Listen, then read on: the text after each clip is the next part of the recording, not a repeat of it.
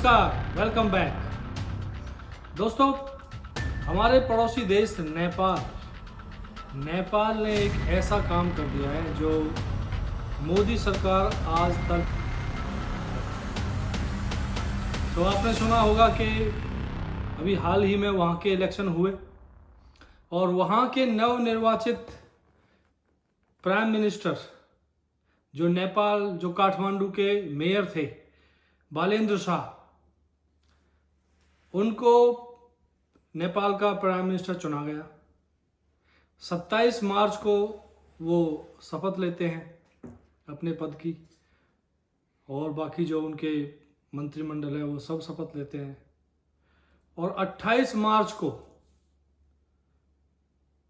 उन्होंने जो नेपाल के फॉर्मर प्राइम मिनिस्टर, जो इनसे पहले नेपाल के प्रधानमंत्री थे, केपी शर्मा ओली, वो भाई साहब को धर दबोच लिया।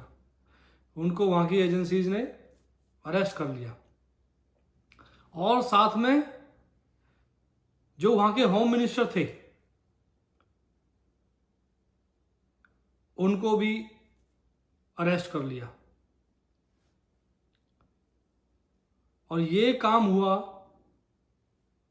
27 मार्च को उनका शपथ समारोह होता है और 28 मार्च को ये दोनों भाई साहब पकड़ लिए। और इन पे चार्जेस क्या लगे हैं कि जब 2025 सितंबर लास्ट ईयर जेएनजी जो आंदोलन हुआ था, तो ये कहते हैं कि इन्होंने वो जेएनजी आंदोलन को कुचलने के लिए, या यूं कहें कि ख़त्म करवाने के लिए इन्होंने साजिश रची थी।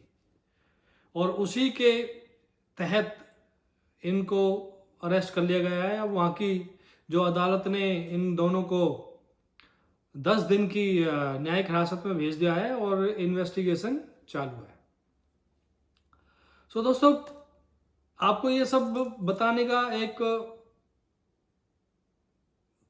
भावार्थ ये भी है, और मैं कहूँगा कि मतलब ये भी है कि अभी तक तो जो सरकारें नहीं आती हैं वो कोई ना कोई अपने पुराने जो भी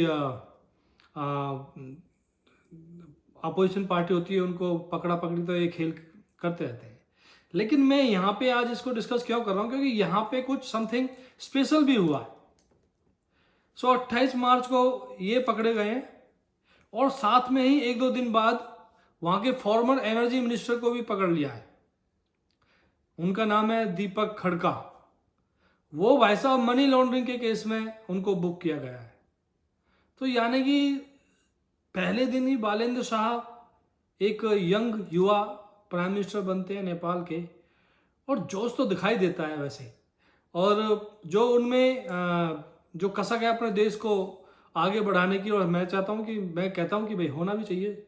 सभी लोग अपने देश को आगे बढ़ाने के लिए काम करते भी हैं, सभी तो नहीं करते, कुछ हमारे यहाँ नहीं करते हैं। एक कल केरल में पूछ रहा था एक, तो ऐसे लोग तो नहीं करते हैं, बट ये भाई साहब सही लाइन पकड़े हुए हैं। तो इन्होंने ये काम कर दिए, ठीक है, बहुत अच्छा। लेकिन इन्होंने कुछ बड़े ही, मैं कहूँ कि ऐतिहासिक फैसले भी किए अपने सिस्टम को सुधारने के लिए। और वो ऐतिहासिक फैसले क्या हैं? वो ऐतिहासिक फैसले हैं, पहला जो रिफॉर्म किया है वो है कि 5वीं क्लास तक बच्चों को कोई एग्जाम देने की जरूरत नहीं है। अब इस चीज़ में आप पता नहीं कितने लोग इस चीज़ को सहमत होंगे इस चीज़ से। तो मेरा अगर मत कहें तो शायद मैं इस चीज़ से सहमत नहीं हूँ, क्योंकि देखो, जब मापदंड का क्राइटेरिया ही नहीं रहेगा तो आप फिर कैसे डिसाइड करोगे कि यार कौन बच्चा किस लेवल का है और कहाँ है। और 5वीं मतलब प्राइमरी क्लासेज ही ऐसी होती हैं जो जहाँ पे बेस बनता है, और जो उनके मार्क्स होते हैं बच्चों के, या जो उनको ग्रेड मिलते हैं ABC, उसी के आधार पे ही उनको एप्रिसिएशन मिलता है। और जब एप्रिसिएशन बच्चे को मिलता है तो वो बच्चा और अच्छा काम करता है, क्योंकि बच्चा तो बच्चा है, तो उसको फिर वहाँ से प्रोत्साहन मिलता है एक अच्छा पढ़ने के लिए। माँ बाप चॉकलेट देते हैं, बाकी घर में दादा दादी प्यार करते हैं, राइट। तो मैं कहूँगा कि ये उन्होंने किया है, बट ये कोई ज़्यादा ऐसा लैंडमार्क डिसीजन मैं इसको नहीं कहता हूँ। जो दूसरा जो मैं बताने जा रहा हूं आपको, ये तो एक ऐसा फैसला है जो मोदी सरकार 14 साल में नहीं कर पाई, जैसा कि मैंने ये हेडलाइन वीडियो के शुरुआत में कही थी। और ये जो रिफॉर्म है या ये जो फैसला इन्होंने लिया है इनकी कैबिनेट ने या इनकी मिनिस्ट्री ने वो है student union ban completed in the education centres premises included college universities. मतलब कि अगर आपको पढ़ना है तो कॉलेज और यूनिवर्सिटी में पढ़ाई के लिए आइए, अगर नेतागिरी करनी है तो सड़क पर उतर के नेतागिरी कीजिए। तो एक काम होगा, या तो नेता बन जाओ या स्टूडेंट बने रहो। तो ये तो जो इन्होंने काम किया है ये तो बहुत ही गजब का किया है, और मैं इसकी वकालत बहुत अच्छे से और बहुत पुरजोर तरीके से करना चाहूँगा कि हमारे देश में भी, भारत में भी ये तो रिफॉर्म 100% आना ही आना चाहिए। क्योंकि अभी देखो इन्होंने जो जेएनयू में जो ये 30-30 साल से जो पढ़े हुए हैं यूनिवर्सिटीज में, राइट, 50 साल का बुढ़ा अपने आप को स्टूडेंट कहता है, और ऊपर से नक्सलवाद ये फैलाते, आतंकवाद ये फैलाते, भारत तेरे टुकड़े होंगे उसका नारा ये लोग लगाते, ठीक है, और पता नहीं क्या क्या ड्रग्स का ये काम करते। आप जेएनयू में जाके बहुत बुरा हाल है भाई साहब। तो सारे ही काम में ये लिप्त मिलते हैं भाई। या तो, और सही बात भी, या तो आप नेता बनो या आप पूर्ण रूप से स्टूडेंट बनो, और ये सारा टैक्स पेयर्स की मनी को खराब करते हैं। मतलब एक बार आप जेएनयू में चले गए तो आप ये समझ लो कि भारत सरकार के, या मैं यूँ कहूँगा कि भारत के दामाद बन गए ये। तो इनको आपको पे करना है, इनको रहने का देना है, खाने का देना है, इनकी फीस भी आपको भरनी है, सारे खर्चे आपको उठाने हैं इनको। और इनको क्या करना है बदले में? इनको गुंडागर्दी करनी है, रात को दारू पार्टी करनी है, और जब किसी पार्टियों से पैसा मिल जाता है तो फिर ये उतर आते हैं आंदोलन करने में, ठीक है जी। और देश विरोधी गतिविधियों में शामिल ये होते हैं।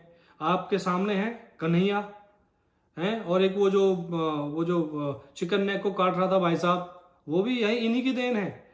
ये हो गया आपका ये जो जामिया मिलिया इस्लामिया यूनिवर्सिटी है, ये भी है। ये सब उसी चीज़ के अड्डे बने हुए हैं कहीं तक।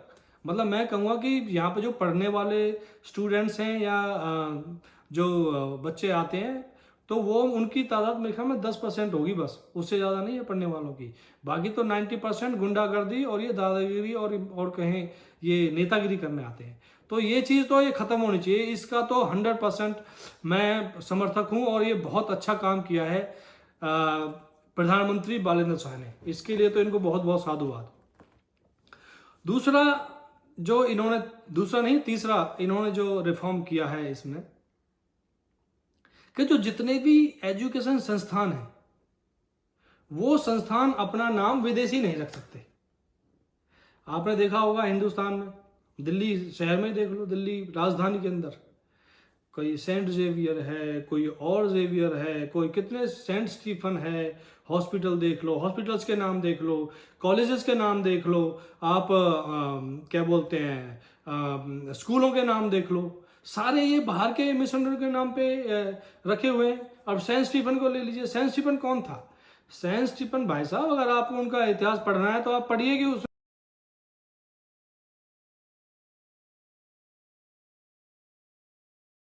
को वहां पे संत बनाया गया है और उसकी पूजा भी करते हुए चौराहे पे उसको खड़ा किया हुआ है।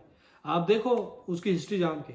तो ये एक बहुत ही गजब का काम इन्होंने किया है। ये भी बहुत ही मैं कहूँगा कि कमेंडेबल जॉब है। इसके लिए भी इनको बहुत बहुत साधुवाद।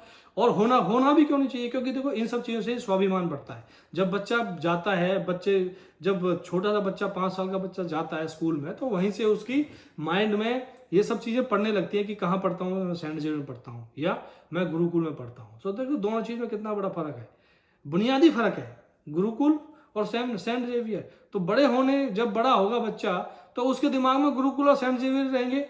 तो आप क्या समझते हो, लेट्स से अगर वो बच्चा बड़ा होकर एसपी डीएसपी या आईएएस बन गया, आईपीएस बन गया, तो अगर कोई और दूसरा आदमी उसको भी दुनिया में कहीं भी अगर मिलता है, अगर वो कहता है यार तुमने कहाँ से एजुकेशन किया, तो कहेगा जी मैंने वहाँ से सेंट जेवियर से की है।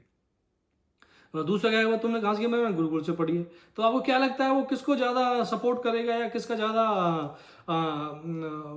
अनुसरण करेगा? वो 100% वो भाई साहब वो सेंट जेवियर वाले के साथ जाएगा।